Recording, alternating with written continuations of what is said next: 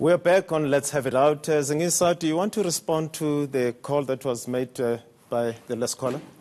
The first caller, that is... Well, you can deal with what you want to do. Let me just deal with the caller who complains about DA not getting enough coverage.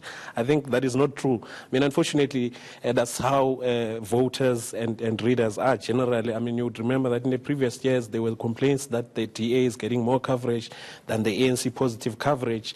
But it was based on what was happening in the DA at the time. And now, the DA, we all know what has been happening to it last year in terms of all the internal fighting that were exploding to the public. So what we're supposed to do, we're supposed to paint a good picture of something that is not good at all. Yeah, but I mean, does he have any point when he says, he mentions media houses, he says the SABC, for instance, is completely closed to the DA? Is that your...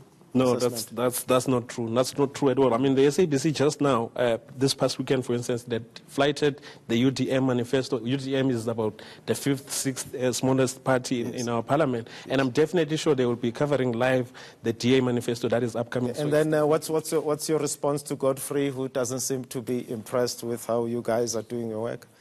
Yeah, well, I mean, as I say, people will never be impressed, but we try our best to show all sides. I mean, unlike what you were suggesting that we take sides, we will never do that. We try to paint the picture and let the voters... I'm saying be open about it. I'm not saying it's ideal. I'm saying we know that there are journalists which are biased. I was in the Lindiwe Sisulu campaign in 2017. I knew which journalists worked for other campaigns. I mean, they were open about it when you speak to them.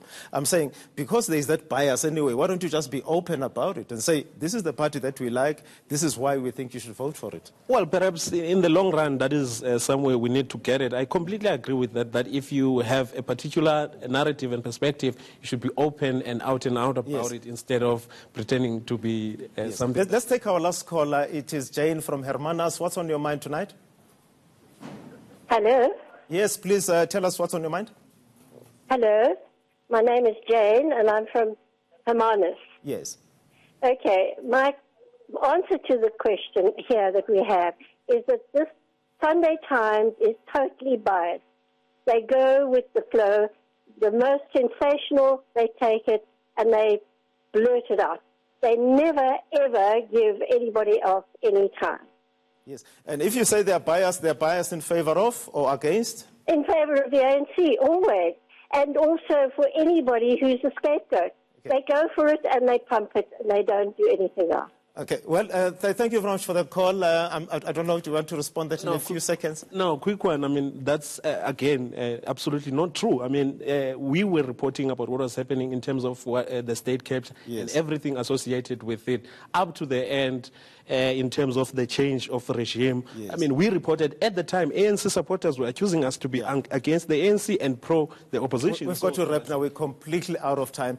Thank you very much for having joined us. And I want to say to you, to the viewers at home, go out and vote for the party that talks to your issues. That's what should matter. The issue right now is job creation and the economy. And that's it for this edition of Let's Have It Out. Keep the conversation going on social media using the hashtag LHIO. I'm Makhosini Nkhosi. Thank you for watching and good night.